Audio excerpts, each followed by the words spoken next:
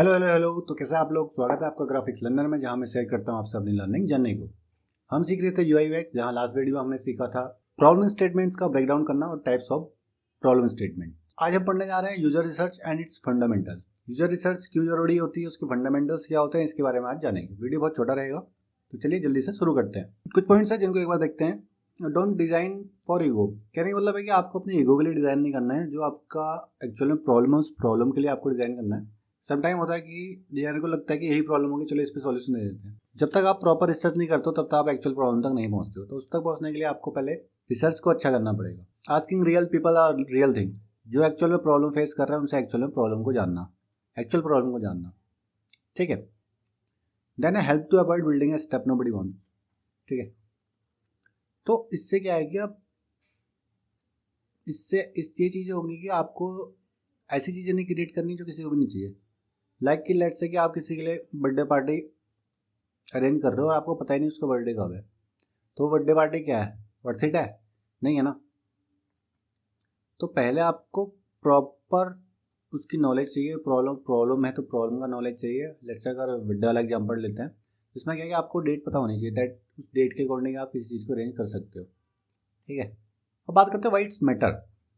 Research matter क्यों करती है, ठीक है। क्योंकि डिजाइनर जो है, डिजाइनर को पता नहीं है, रियल डिजाइनर जो है उसको पता नहीं है कि प्रॉब्लम क्या है, तो उसको एज्यूम करना पड़ेगा। बेटर देन एज्यूमिंग, अगर वो यूजर से बात करे तो वो रियल प्रॉब्लम तक पहुंचेगा और एक्चुअल सॉल्यूशन दे पाएगा, ठीक है। तो you are not a user, stop assuming. आपको एज्यूम नहीं करना है किसी प्रॉब्लम को लेकर। अगर आपके पास कोई प्रॉब्लम आए कि ये प्रॉब्लम है, उसका रूट कॉज क्या है, एक्चुअल कॉज क्या है, किस कारण से वो अराइज हो रही है, वो नहीं क्लियर आपको है, तो आप एज्यूम करके कुछ भी सॉल्यूशन दोगे तो वो वर्कआउट ही नहीं करेगा। जस्ट लाइक हमारा जोमेटो वाला एग्जाम्पल था, उसमें क्या था, फूड डिलीवरी लेट हो रही थी, वो प्रॉब्लम था, ठीक है। अगर आप सिर्फ एज्यूम करते कि यार फूड डिलीवरी लेट हो रही है तो राइडर्स को स्पोर्ट्स बाइक दे दो, तो वो बहुत जल्दी डिलीवरी दे देंगे, तो ये वर्क करता। तो उसमें एक्चुअल कॉज था कि उनकी पेमेंट डिले हो रही थी। पेमेंट डिले क्यों हो रही थी? क्योंकि उनका सिस्टम में प्रॉब्लम थी। तो उसी तरीके से यहाँ पे है कि आपको एज्यूम नहीं करना है चीज़ें, आपको एक्चुअल यूजर से बात करनी है, फिर जाके पता चलेगा कि एक्चुअल प्रॉब्लम क्या है। रिसर्च आपको फ्यूअर रिग्रेट लेटर, ठीक है। रिसर्च जितनी ज़्यादा करोगे उतना सही है। अब बहुत ज़्यादा भी नहीं करनी है, ठीक है नहीं। 2 लोगों से पूछा आपने, फिर उस पर एज्यूम कर दिया। डेट मीन्स कि आपके पास डेटा होना चाहिए, क्योंकि नंबर्स डोंट लाई। डेटा आपके पास होगा, आप एक्चुअल प्रॉब्लम तक पहुँच पाओगे, रूट कॉज तक पहुँच पाओगे यार। सेव मनी, आप पैसा बचा पाओगे, अपने एफर्ट्स बचा पाओगे, अपना टाइम बचा पाओगे, ठीक है। अगर एक्चुअल प्रॉब्लम होगी तो एक्चुअल प्रॉब्लम पे वर्क करोगे और कुछ ही काम टाइम में वो प्रॉब्लम का सॉल्यूशन होगा। लेट्स से आप एज्यूम करके करोगे तो क्या होगा कि फर्स्ट टाइम आपको रिजल्ट नहीं मिलेगा, सेकंड टाइम रिजल्ट नहीं मिलेगा, आप प्रोटोटाइप ही बनाते रह जाओगे, ठीक है। अब बात करते हैं, इसमें कुछ प्रिंसिपल्स होते हैं जिनके बेसिस पे हमें रिसर्च करनी होती है, ठीक है। पहला आता है empathy, objectivity and that align with the project goal. Empathy क्या कहता है कि आपको डाउन टू अर्थ रहना। आपका यूजर आपको चीज़ें बताएगा कि उसे क्या प्रॉब्लम है, क्या चीज़ें वो फेस कर रहा है, तो आपको एज्यूम नहीं करना, आपको अपने यूजर को सुनना है। उसका पेन अगर आप सुन पा रहे हो तो उसको सॉल्यूशन आप दे पाओगे। आपको रियल पीपल, रियल यूजर जो आपका है उसको सुनना है, उसको देखना है कि वो क्या फेस कर रहा है, क्या प्रॉब्लम है, तो उससे आप चीज़ों को समझ पाओगे। अगर आप एम्पैथी बनाए रखते हो तो आपका यूजर ही आपको चीज़ें दे सकते हैं। फीडबैक को हमेशा पॉजिटिव में लेना है। सेकंड आता है ऑब्जेक्टिविटी, ठीक है। तो हमें अपने ईगो के अकॉर्डिंग काम नहीं करना है, हमें फैक्ट्स पे बात करना है। डेटा हमें एक्यूमुलेट करना है, डेटा के अकॉर्डिंग हमें काम करना है। जितना डेटा हमारे पास होगा उतना बेटर रिजल्ट्स हम प्रोवाइड कर पाएंगे, ठीक है। नेगेटिव फीडबैक अगर हमें मिलते हैं तो हमें नेगेटिव फीडबैक भी लेने हैं। उसी से क्या होगा कि उसी से हम एक्चुअल प्रॉब्लम तक पहुंच पाएंगे, ठीक है। नेटफ्लिक्स में पहले वीडियोस ऑटो प्रीव्यू रहती थी। नेटफ्लिक्स का जैसे ही होम पेज खुलता था उसमें सारी वीडियोस अपने आप चल रही होती थी, ऑटो प्रीव्यू था, तो वो बहुत ही बेकार लगता था। उससे यूजर क्या था, परेशान था। तो फिर जब नेटफ्लिक्स को ये बात पता चली तो उन्होंने क्या किया, उन्होंने वहाँ पे ऑप्शन दे दिया ऑटो प्रीव्यू ऑन और ऑफ करने का। तो ये प्रॉब्लम कहाँ से पता चली, यूजर से। फीडबैक को पॉजिटिव में लिया, आपने उसको सॉल्यूशन दिया, ठीक है। लास्ट हमारे पास है align with the project goal. इसमें क्या है, don't overdo it, you are not the FBI agent. आप वैसे भी प्रद्युमन नहीं हो, ठीक है। तो आपको क्या करना है कि ओवरडू नहीं करना है कि अगर आप किसी यूजर से बात कर रहे हो, यूजर से प्रॉब्लम बात पूछ रहे हो, तो आपको अपने मतलब का एक्चुअल जो डेटा आपको चाहिए उस डेटा तक पहुंचना है, दैट्स इट। ठीक है। Ask what matter not everything, जो मैटर करता है वही चीज़ आप पूछोगे। ठीक है। ये कुछ प्रिंसिपल्स है, 3 प्रिंसिपल्स ऑफ रिसर्च। ठीक है। अब कुछ और पॉइंट्स हैं। ठीक है। रिसर्च और गैसिंग दोनों चीज़ आपस में बराबर नहीं है। ठीक है, दोनों अलग चीज़ें हैं।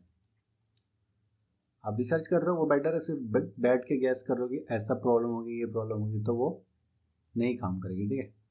तो आपको क्या करना है, रिसर्च करनी है। ठीक है। Talk, observe, don't overthink.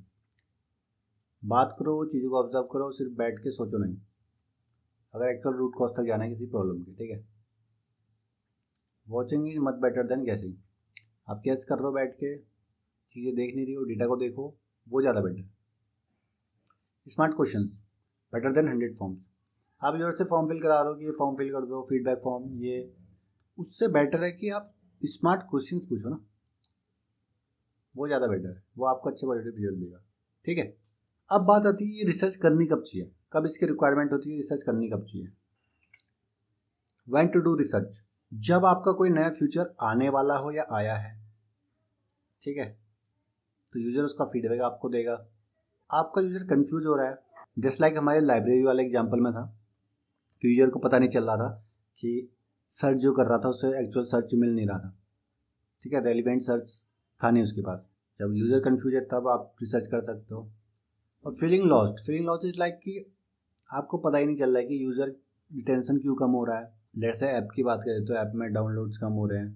ठीक है, यूज़र आपका लॉगिन नहीं कर रहा है या फिर लॉग आउट करता जा रहा है, आपको यूज़ नहीं कर रहा आपकी सर्विस, आपका प्रोडक्ट। तो ये 3 पॉइंट है जहाँ पे हम रिसर्च को करते हैं, रिसर्च की रिक्वायर्ड होती है जब ये चीज़ें हमारे पास होती है। ठीक है। तो इसको यूज़फुल रिसर्च बनाना है, जब भी करनी है make it useful not long. तो रिसर्च को यूज़फुल बनाना है, लॉन्ग नहीं बनाना है। कुछ की पॉइंट्स की बात करते हैं। ठीक है। एक है रिसर्च करना, ठीक है, नहीं लॉन्ग रिसर्च। एक है यूज़फुल रिसर्च। लॉन्ग रिसर्च से बेटर क्या है, यूज़फुल रिसर्च। आप रिसर्च करो विच इज़ यूज़फुल। ठीक है। गुड रिसर्च से हमारे पास एक प्रोडक्ट निकल के आते हैं जो स्टक नहीं करता, वो गुड प्रोडक्ट होता है। ठीक है, अगर इट इज़ प्रोडक्ट और service. Ask before you build. ठीक है, कोई भी चीज़ बिल्ड करने से पहले पूछो, आपका टाइम और पैसा दोनों उसमें बचेगा। ठीक है। लास्ट और सबसे इम्पोर्टेंट पॉइंट है बिल्ड व्हाट दे नीड। ठीक है, जो यूज़र को चाहिए वो तुम्हें बिल्ड करना है, वो हमें बिल्ड करना है, not what your ego wants. जो तुम्हारा ईगो कह रहा है कि नहीं इसको तो ऐसा ही बनना चाहिए, वो बनाना है।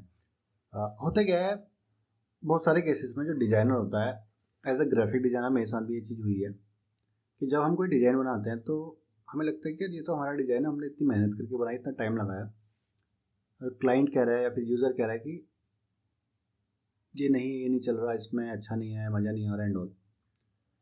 तो हमारा ईगो हर्ट होता है कि ये हमारे डिज़ाइन को पूरा कैसे कह सकता है, इसको क्या पता है डिज़ाइन के बारे में and all. Don't be parent of your design. अपने डिज़ाइन का पेरेंट्स नहीं बनना है, आपके पेरेंट की मदर नहीं बनना है आपको अपने डिज़ाइन की, आप उसे पैम्परिंग करो, बहुत अच्छा है, इसको तो कोई पूरा कह ही नहीं सकता एंड ऑल। जहाँ पे जैसी रिक्वायरमेंट है उसको वैसे मोल्ड करो, वैसे चेंज करो। एंड रिजल्ट अच्छा होना चाहिए, एंड में यूज़र सेटिस्फाई होना चाहिए, आपका क्लाइंट सेटिस्फाई होना चाहिए। मोटो यही है किसी भी डिज़ाइन का। ठीक है। तो अपने ईगो को साइड रख के ही डिज़ाइन करना है। ओके, आज की वीडियो में इतना ही, छोटा रखते हैं इसको। नेक्स्ट पार्ट में पढ़ेंगे कि यूज़र रिसर्च के मेथड क्या क्या होते हैं। आज के लिए इतना ही, नेक्स्ट पार्ट में पढ़ेंगे यूज़र रिसर्च के मेथड कौन कौन से होता है और कब कौन सा मेथड यूज़ करना होता है। ठीक है। तो आई होप आपको ये वीडियो अच्छा लगा हो।